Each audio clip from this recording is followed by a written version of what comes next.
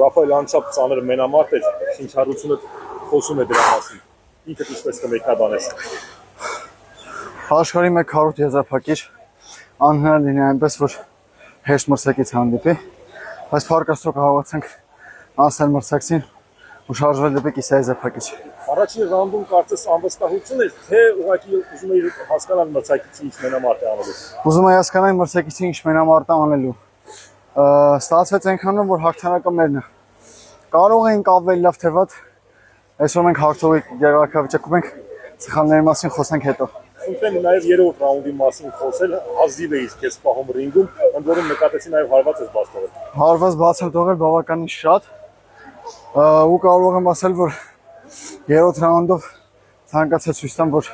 հաղթանակը միմիայն պետք է մեզ շնորհվի։ Ռաֆայել, առաջին մեդալդ է աշխարհի առաջնություններում։ Զգում եմ հպարտ ես, զգացողություններ եք։ Զգացողությունները չեմ կարող ներկայացնել, ինչի որտեղ էլ շատ տաք եմ, չեմ հասկանում, թե ինչ է կատարում։